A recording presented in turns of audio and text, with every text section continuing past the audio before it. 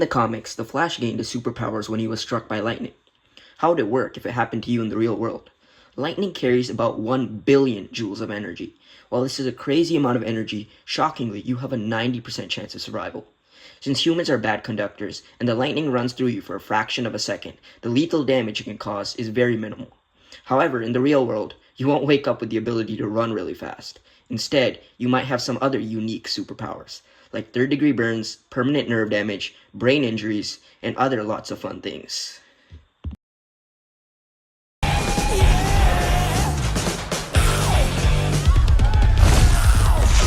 As you saw in the clip, the Flash is able to run through cars, people, and the city effortlessly. But what if this happened in the real world? This may draw some potential problems. For example, have you ever been waiting at a train station and as the train speeds by you, you feel a force pushing you towards the train?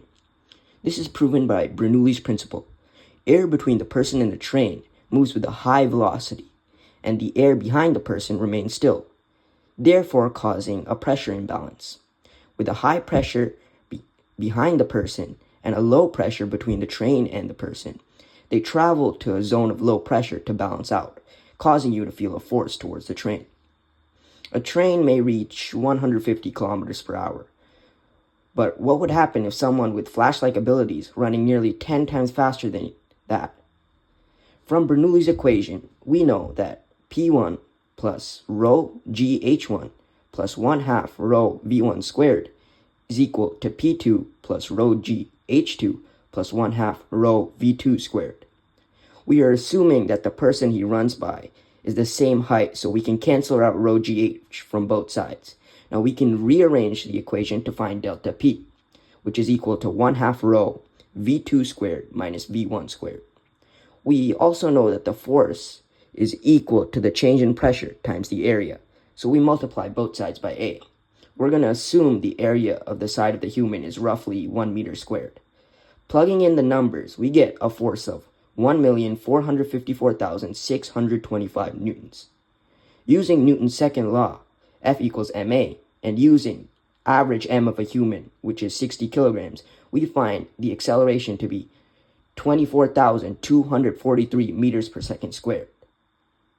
So, to sum it up, if someone with super speed capabilities ran by you in the real world, the change in pressure from high velocities they run at would cause a 1.4 million Newton force, which would accelerate your body 24,243 meters per second.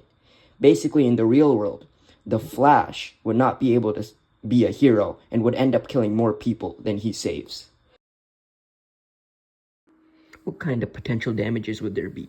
If the Flash were running at 1,500 meters per second, we would first have to consider the kinetic energy he generates at that speed. Assuming his mass is 80 kilograms, the kinetic energy can be calculated using 1/2 mv squared. Plugging in the numbers, we get 90 million joules. This kinetic energy shows an enormous amount of force exerted on the ground. The frictional force that the ground experiences can be calculated using force equals work over displacement. If we consider each stride to cover approximately 1 meter, the force exerted by the Flash can be approximated. Since we know work is equal to delta K, kinetic energy, we can plug delta kinetic energy in for work. We get force is equal to delta kinetic energy over displacement. Plugging in the numbers, we get 90 million newtons.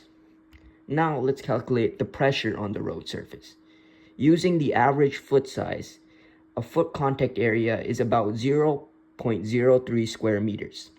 The pressure then can be calculated using pressure is equal to force over area. Plugging in the numbers, we get 3 billion pascals. This pressure is roughly equivalent to 3,000 megapascals, and it is vastly higher than what the typical road materials like asphalt and concrete can endure. For example, asphalt can generally withstand pressures up to 35 megapascals, and concrete can withstand pressures up to 40 megapascals. This pressure exerted is more than 10,000 times stronger than that upper limit. This pressure would pulverize the road surface instantly. Additionally, the friction force at such high speeds would generate immense thermal energy. The specific heat capacity of asphalt is approximately 900 joules per kilogram Kelvin. If we assume the mass of a section of the road affected per step is around 10 kilograms, and then we can calculate the temperature increase. We know that Q is equal to mc delta T. Plugging in the numbers, we can solve for delta T. We get roughly 10,000 Celsius. This temperature is also far above the melting point of asphalt, which is 240 degrees Celsius. And it's even higher than the vaporization point. Thus, from the friction of his running would not only melt, but it would vaporize the asphalt, turning the surface layer into gas and causing severe thermal damages. To sum it up, everyone would be filled with anger since the government would increase your taxes at exponential rates to cover these damages.